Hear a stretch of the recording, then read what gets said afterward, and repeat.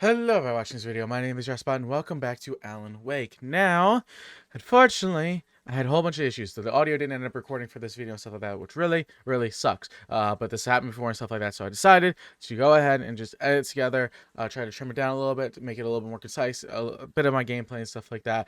So it was just strictly gameplay that you'll be seeing and stuff like that, mostly just story. I tried to go ahead and keep it to. So this will be the next, 15 to 20 minutes is going to be mostly just all gameplay and stuff like that. So sorry about no commentary and stuff like that. It should be fixed in the next one because it's been fixed already in other videos I've recorded. So other than that, I say thank you guys, and I hope you guys still appreciate and can deal with the video how it is currently. Thank you.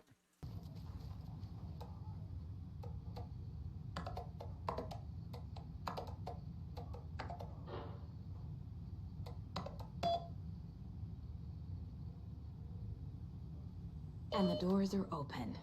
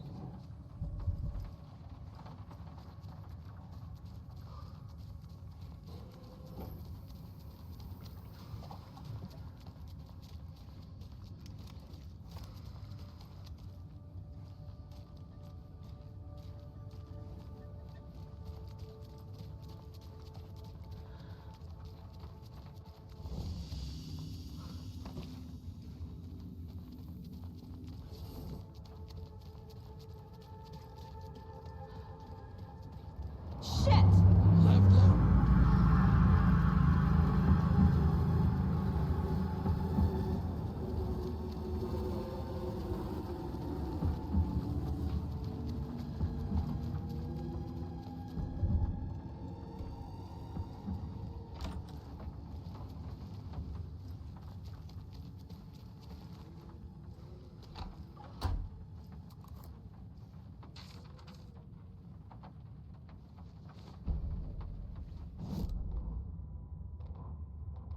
Ilmo was nervous.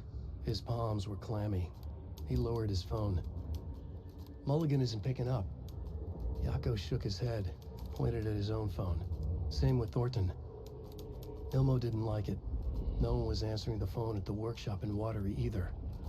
Something was up. It had to be the writer. Had to be. The Koskela brothers were crouching in the bushes across from the Elderwood Palace Lodge, its light shining in the night. They couldn't wait any longer. The brothers knew Saga was in Watery visiting her trailer. Going now was their only chance to do this without hurting her. Ilmo stood up and a crowd of deer masks looked his way. Okay, this is it. The writer is the target.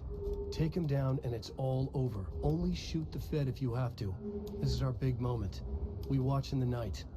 The crowd murmured the chant back to him.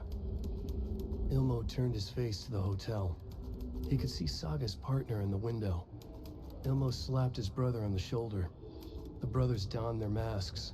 The cult of the tree was ready.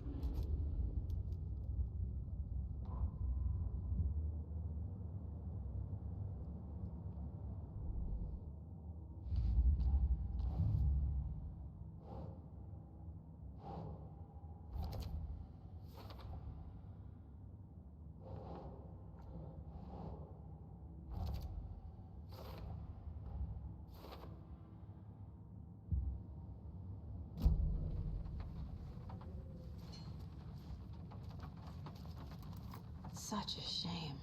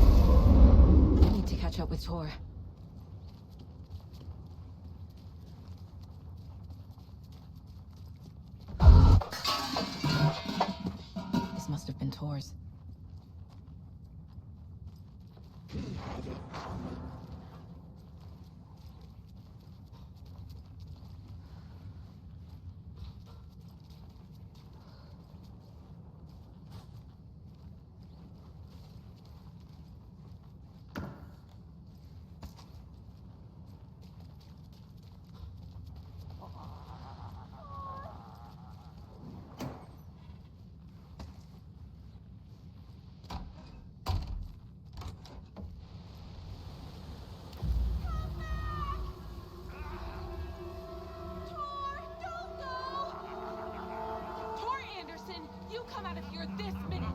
That water is bad for you! Tor, wait!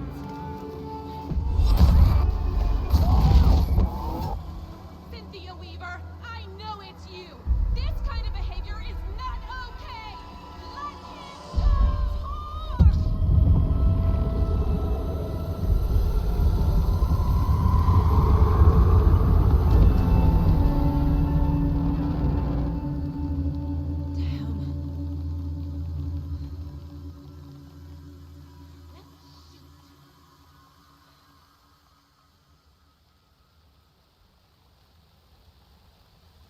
Tor? There's an overlap here. Did Cynthia pull Tor in? What was that? Where did Tor go? What on earth do you mean, Saga? Tor is resting in the wellness center. Remember? What? We both saw him go into the pond. Okay. Are you fucking with me, or is this the story again? Now. Let's cool it with the language. She's clearly lying to me. Why? Rose watched Tor go into the pond. Why is she lying to me? The secret mission for Alan's #1 fan. The hero will say Wake has returned. We're all characters in his story. Gee whiz. I'm not his fucking character. But I can use that phrase to make Rose stop lying to me.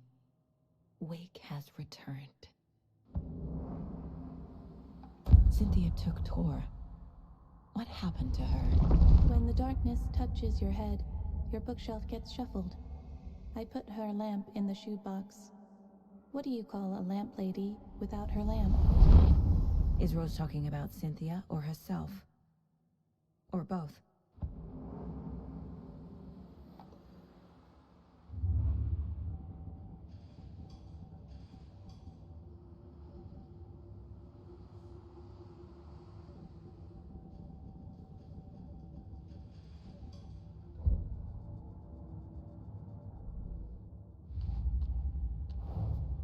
Tor disappeared into the pond. It's another overlap. Has to be. How do I get inside?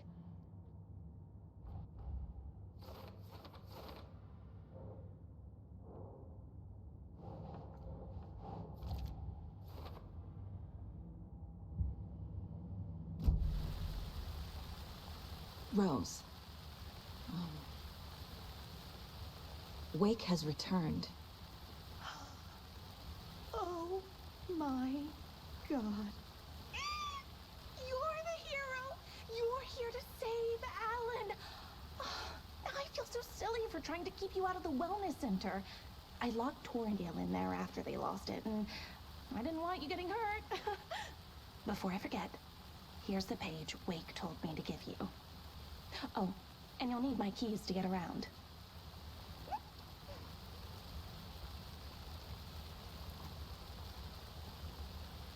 Saga jabbed the selector on the jukebox, the missing record in its place. Saga couldn't have found it without Odin's help. A light bloomed in through the garden window. The horror story beat me to Tor. I have to rescue him. The key to this overlap is an old Gods of Asgard record. Odin will know more. Saga jabbed the selector on the jukebox, the missing record in its place. Saga couldn't have found it without Odin's help. Standing there, Saga felt exposed, expecting the shadows to come alive. The needle crackled on the vinyl. The song swelled. Odin had said it was written for her and her mother. Her grandfather's apology. The lamentation of an old man. His heart was broken, sinking into darkness. Odin had said that the song would be a way to know Tor, a way to find him. A light bloomed in through the garden window. That's where Tor had vanished into the pond.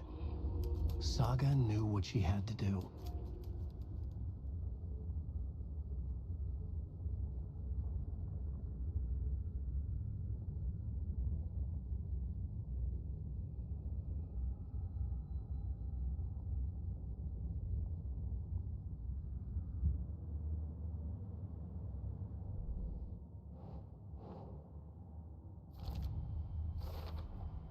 The page says the record will open the overlap.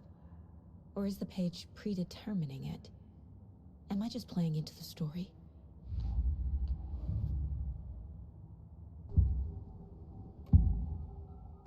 The page mentions a missing record.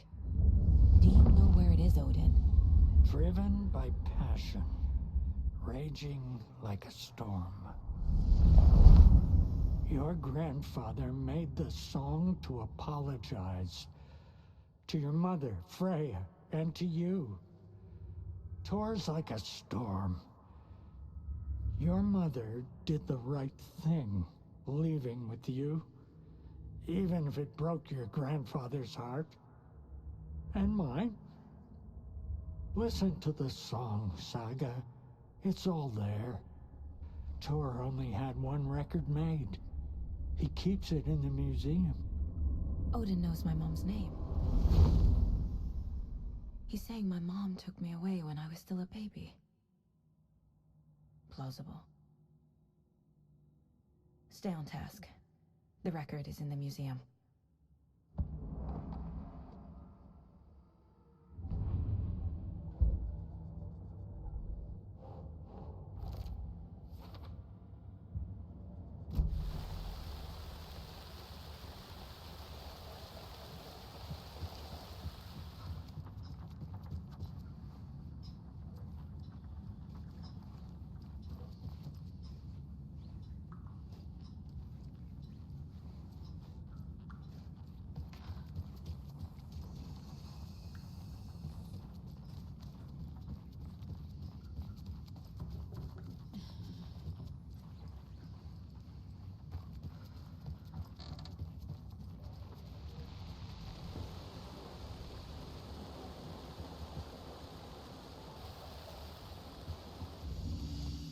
To the emergency muster point!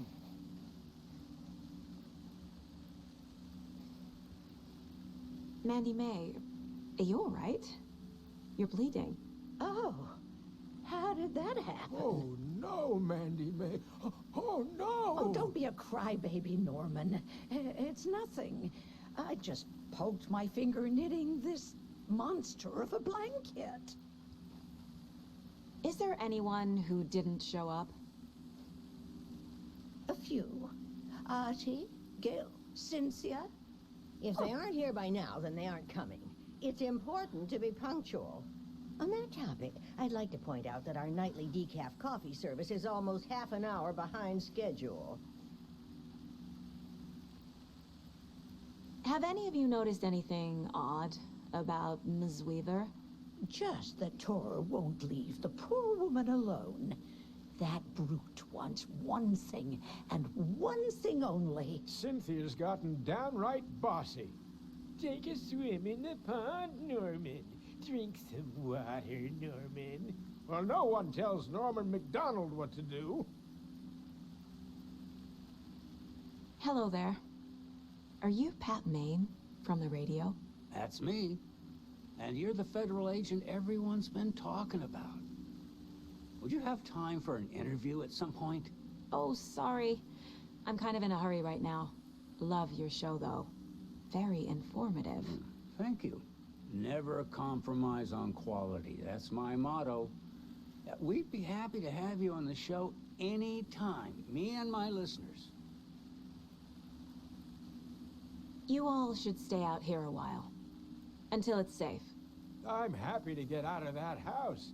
Isn't it strange that I've lived in Bright Falls my whole life and I can't remember this building?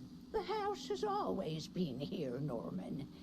Remember when that poor Nora girl drowned in the bunker? Those Andersons got it so cheap because it's haunted. You get what you pay for.